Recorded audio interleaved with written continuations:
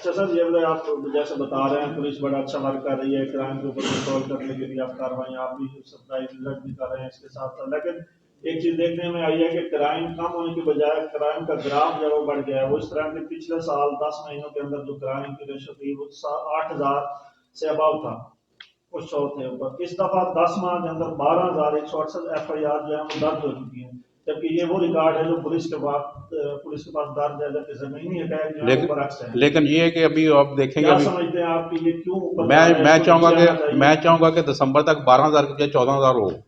मैं वजह बताता हूँ। इसमें जो है कि मैंने आते हुए सर ऐसे तो कह दी है कि हम क्राइम में जब जिस जिस जिस दौर में आप देखते हैं कि क्राइम कम है, उसका ये मतलब नहीं होता कि वो बड़ा पीसफुल ईयर था और वारदात नहीं होती, उसमें वर्किंग होती है, उसमें FIR दर्ज नहीं होती है। उसमें जो 392 की FIR है वो 382 में देते हैं, 395 की FIR को लोगों को कायल करते हैं कि आप 5 बंदों से कम लेके 392 में होती हैं। मेरे दौर में जिधर मेरी पोस्टिंग रही है उधर ये जो जो आप क्राइम डिस्कस कर रहे हैं, this is related to the registration of FIRs। Practically ये नहीं है, इसमें वो क्राइम भी आ गया है जो 499F के पर्चे हैं, जो 506 के हैं, जो चोरी के हैं, जो जरर के हैं, वो सारे आ जाते हैं। तो चूँकि मेरा मोटो ये है कि फ्री रजिस्ट्रेशन और किसी का जो जायज़ FIR उसको मैंने नहीं रोकना, उससे ये क्राइम बढ़ जाएगा।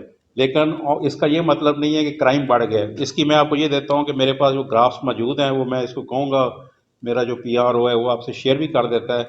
मैंने 25 अक्टूबर को इधर आकर चार्ज लिया था और उसमें जो डेली बेसिस पे मेरा जो सेफ सिटी वाला लड़का इधर बैठा है वो मुझे डेली 1-5 कॉलें और ग्राफ सुबह सेंड करता है, थाना wise, circle wise, district wise. 25 तारीख से ऑनवर्ड्स 3-4 दिन जो मेरी डिस्ट्रिक्ट की रेशो थी 1-5 कॉल्स की, वो 55-60 थी। फिर मैंने जिस तरह देखा आपने इफेक्टिव ट्रॉलिंग शुरू करवाई, मैंने उसमें नाकाबंदी शुरू करवाई, मैंने थोड़ा सा इनको एक्टिव किया, वो मेरी कॉलें डिक्रीज होती होती ना 25 तक आ गई। अभी जो आज मेरा ख्याल जो लास्ट कॉलें हैं ना वो मेरी 27 है या 28 है। तो दिस शोज़ कि इफेक्टिव पॉलिसिंग की वजह से क्राइम नीचे आ रहा है, बढ़ नहीं रहा। ये जो है ये रजिस्ट्रेशन है, क्योंकि रजिस्ट्रेशन फ्री है, इसमें मेरे पास जो भी आता है, मतलब ये आ गए हैं कि मेरी FIR दर्ज नहीं होती, मैं नहीं पूछता क्या हुआ, मैंने उसको कहता हूँ अभी FIR दर्ज करके बताएं। अभी मेरे पास एक और आए थे, वो 2-4 बंदे जी के साथ हमारा 379 का पर्चा दर्ज नहीं हुआ। मैंने PSO का बैठाए कमरे में, WhatsApp पे FIR मंगवा के प्रिंट निकाल के दें, वो FIR का है। अब आप मैंने उस दिन जैसे आपको बताया था कि 2-3 कॉमन चीज़ें होती हैं जिसमें लोगों जो पुलिस से कॉमन शिकायत लोगों को क्या क्या है यहाँ पे हर ज़िले में है। नंबर 1, हमारी FIR दर्ज नहीं होती। नंबर 2, हमारे बंदे अरेस्ट नहीं होते। नंबर 3, तफ्तीशी हमारी बात नहीं सुनता। These are the common complaints. इसका मैंने जो हल किया आपको पहले बताया था कि FIR will be immediately registered. उसमें मोहर के पास दरख्वास्त नहीं जाएगी, फ्रंट डेस्क पे जाएगी, फ्रंट डेस्क पे उसको ई टैग दे देंगे। जब ई टैग देंगे तो किसी खाते में आ जाएगी, जो हमारा CMS होता है उसमें आएगी और उसकी पूछगिछ होगी। वो इशू ख़त्म हो गया कि हमारी बात नहीं सुनते। दूसरी होगी रजिस्ट्रेशन FIR की, वो मैंने बड़ी वाज़ ऑर्डर किए हुए हैं कि जो क्राइम अगेंस्ट प्रॉपर्टी है, क्राइम अगेंस्ट प्रॉपर्टी से मीन्स किसी के साथ वारदात हो गई है, किसी का मोबाइल छीना गया है, किसी की जो है ना वो हाउस रॉबरी हो गई है, किसी के पैसे छीने गए हैं, किसी का मोटरसाइकिल छीना गया है, वो तो सवाल ही पैदा नहीं होता ना कि FIR दर्ज ना हो। वैसे पूछने की ज़रूरत भी नहीं, फौरी FIR दर्ज हो जाएगी। जो फाइनेंशियल क्राइम्स हैं वो पूछना पड़ता है, या जो लोग ना झूठे पर्चे कराते हैं जी उसने असला तान ली 5, वो पूछना पड़ता है। बाकी मैंने फ्री रजिस्ट्रेशन दी हुई है। अगली बात आ गई जी कि हम थाने चक्कर लगाते हैं तो हमारे तफ्तीशी बात नहीं सुनते। उसके लिए मैंने ये पॉलिसी बनाई हुई है, मैं सरप्राइजली चेक भी करता हूँ कि डेली बेसिस पे 5 बजे से लेके 8 बजे तक हर तफ्तीशी अफसर अपने थाने में मौजूद होगा। और इसको हम पब्लिकली एडवर्टाइज भी कर रहे हैं, हर बंदे को पता हो कि ये 3 घंटे जो है ना, इस 5 से 8 शाम को, उससे तो कोर्ट शोर से सारे फारूक हो जाते हैं। 5 से 8 बजे हर तफ्तीशी अफसर थाने में मौजूद होगा और उसका काम यही है कि वो अपनी पार्टीज़ को अटेंड करे, तफ्तीशें देखे, एप्लीकेशन सुने, सारा कुछ करे। ये चीज़ भी ख़त्म हो गई। बाकी रह जाती फॉल्टी इन्वेस्टिगेशन की, हमारी तफ्तीश ठीक नहीं हुई और उसमें ना उसने डंडी मार दी है तो वो दूसरे मुलजमों के साथ मिल गया तो उसने पैसे ले लिए दिए, उसकी मैं खुद इंक्वायरी करवाता हूँ। मेरा PA आपको बताएगा कि हर OR पे मैं जो फॉल्टी इन्वेस्टिगेशन के लोग हैं उनको 2-3 डिसमिस करता हूँ। और मैंने कोई फॉल्ट ये साबित हो जाए कि किसी ने जानबूझ के तफ्तीश गलत की है, उसके लिए कोई माफ़ी नहीं है।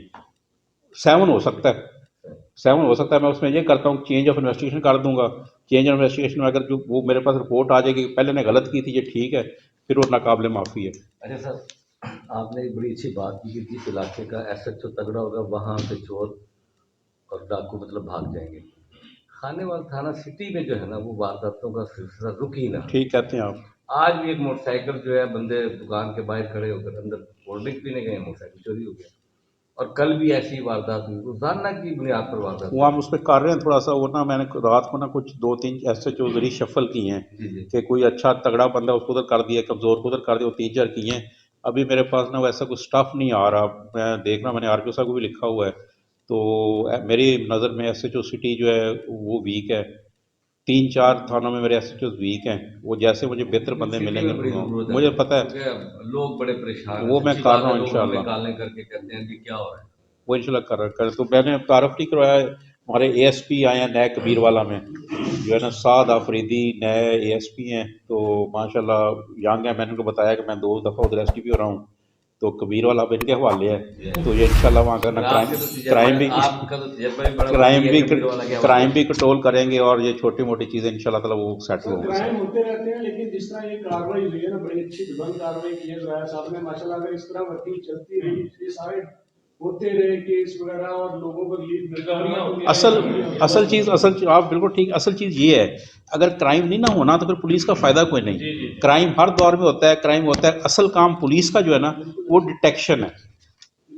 वो असल ये है कि मतलब वारदात हो गई है ना, इसको डिटेक्ट करना, इसको ट्रेस करना, this is real policing, actual policing जैसे है। आपने गाइड किया है कि जिस तरह ये अगर ये सेम इसी तरह प्रोसेस चलता रहा थानों में तफ्तीशी अफसरान के साथ, सारा कुछ बेटर हो जाएगा, सारी शिकायत भी खत्म हो जाएगी। इसी तरह एक और हाउस रॉबरी हुई है, वो अभी मैं आपसे डिटेल में शेयर करूंगा।